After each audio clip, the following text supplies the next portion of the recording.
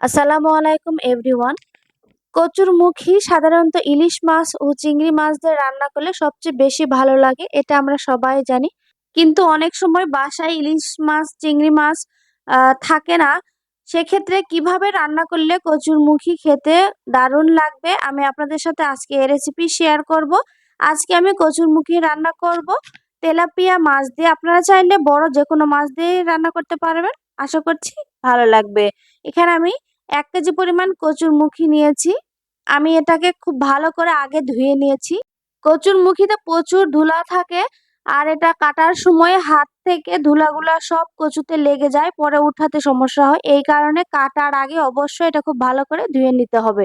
তো আমি ধুয়ে ভালো করে কেটে নিয়েছি। আর এখানে নিয়েছি তেলাপিয়া মাছ 6 পিস। আমি পিঠের চাকা নিয়েছি। এর সাথে আমি দিয়ে দিচ্ছি লবণ, সামান্য পরিমাণ হলুদ, আর সাথে দিয়ে দিচ্ছি সামান্য পরিমাণ মরিচের গুঁড়া। দিয়ে মাছটাকে আমি খুব ভালো করে মেখে নিব মাছটাকে ভেজে নেওয়ার জন্য। তো আমার মাছগুলো মেখে নেওয়া হয়ে গিয়েছে। আমি 5 মিনিট একটু রেস্টে রেখে দিব। এখানে নিয়েছি কাঁচামরিচ, পেঁয়াজ, নিয়েছি রসুন বাটা। আগে থেকেই ফ্রাই প্যানে তেল দিয়ে রেখেছি। তেলটা খুব ভালোভাবে গরম হয়ে আসলে মাছগুলো এখানে দিয়ে দিচ্ছি। মাছের এক পিঠ ভালো করে ভাজা হয়ে গেলে আমি মাছগুলোকে উল্টিয়ে দিচ্ছি। দু পিঠেই মাছগুলো ভালো করে ভেজে নিতে হবে। তো কচুর বই এভাবেও রান্না করে খেয়ে দেখবেন, খেতে দারুণ লাগে। আপনারা অবশ্যই একবার বাসায় ট্রাই করবেন। আশা করছি আপনাদের ভালো লাগবে। ভালো লাগলে ভিডিওটিতে লাইক দিয়ে চ্যানেলটি সাবস্ক্রাইব করে দিবেন সহজ সিম্পল রান্না ভিডিও পাওয়ার জন্য। আর ঘরোয়া মশলায় আমি যেসব রান্না করি আশা করছি আপনাদের ভালো লাগবে। তো আমার মাছ ভাজি হয়ে গিয়েছে, সবগুলো মাছ উঠিয়ে নিলাম। আর এখানে একটা কড়াইয়ে তেল দিয়েছি। তেলটা গরম হয়ে আসলে আমি সমস্ত কড়াইয়ে তেল এভাবে ছড়িয়ে দিব, তাতে ফ্রাই প্যানের কাজ হয়ে যাবে। এখানে দিয়ে দিচ্ছি পেঁয়াজ কুচি। আমি হাফ কাপ তেল দিয়েছি, তার সাথে দিয়ে দিচ্ছি পেঁয়াজ কুচিও হাফ কাপ, আর দিয়ে দিচ্ছি কাঁচামরিচ। দিয়ে এটাকে একটু নেড়ে নেবো। পেঁয়াজের কাঁচা গন্ধ চলে গেলে আমি কচুগুলোকে এর সাথে দিয়ে দিচ্ছি। কচু দিয়ে এই তেলের মধ্যে বেশ খানিকক্ষণ একটু নেড়ে নিতে হবে।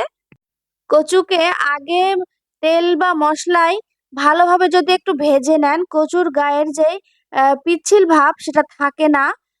তো তার জন্য আমি প্রথমে দিয়ে দিলাম রসুন বাটা, দিয়ে দিচ্ছি স্বাদ মতো লবণ,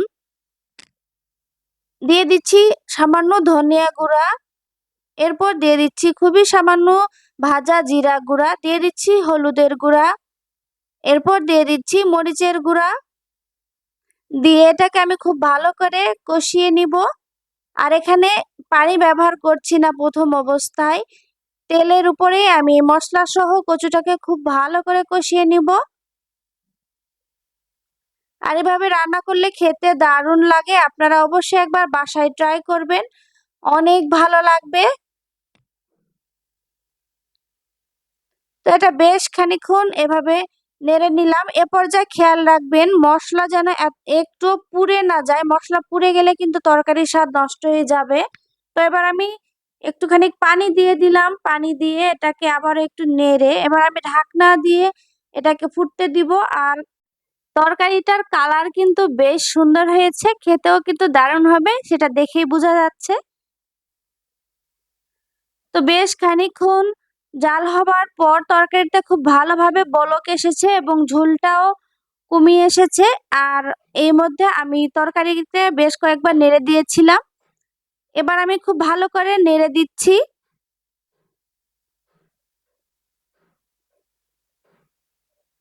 আর কচুটা মোটামুটি সেদ্ধ হয়েছে, আমি একটু চেক করে নিলাম। এ পর্যায়ে আমি ভেজে রাখা মাছগুলো এর সাথে দিয়ে দিচ্ছি। মাছ দিয়ে এটাকে হালকা একটু নেড়ে নিব। কচুর অনেক রকম রেসিপির মধ্যে আমার কাছে কচু দিয়ে মাছ দিয়ে ঝোল এই রেসিপিটাই বেস্ট মনে হয়েছে। এ পর্যায়ে আমি আরেকটু ঢাকনা দিয়ে দিচ্ছি। আরো বেশ খানিকক্ষণ পর আমি ঢাকনাটা উঠিয়ে এটাকে আবারও ভালোভাবে নেড়ে দিব। আমার বাসায় মাঝে মাঝেই কচু রান্না হয় কচুর সিজনে। আমার ছোট বাচ্চারা খুব পছন্দ করে এটা। আমার হাজবেন্ড, আমরা সবাই এটা খুবই ভালো লাগে এই তরকারিটা। তো কচুটা খুব ভালোভাবে আমি কষিয়ে নিয়েছি। এরপর আমি এর সাথে ঝোল অ্যাড করে দিলাম। ঝোল দিয়ে এটাকে একটু হালকা নেড়ে ঢাকনা দিয়ে এটাকে আরো বেশ খানিকক্ষণ জাল হতে দিব। এ পর্যায়ে কচুর ঝোলটা অনেকটাই কমে এসেছে, আর এর ফাঁকে আমি আরো 2 বার একটু নেড়ে দিয়েছিলাম। ভিডিওতে আসলে সব সময় দেখানো যায় না, ভিডিওটা অনেক বড় হবে। তো আমার রান্না একদম কমপ্লিট হয়েছে, আমি চুলার জালটা অফ করে দিয়েছি।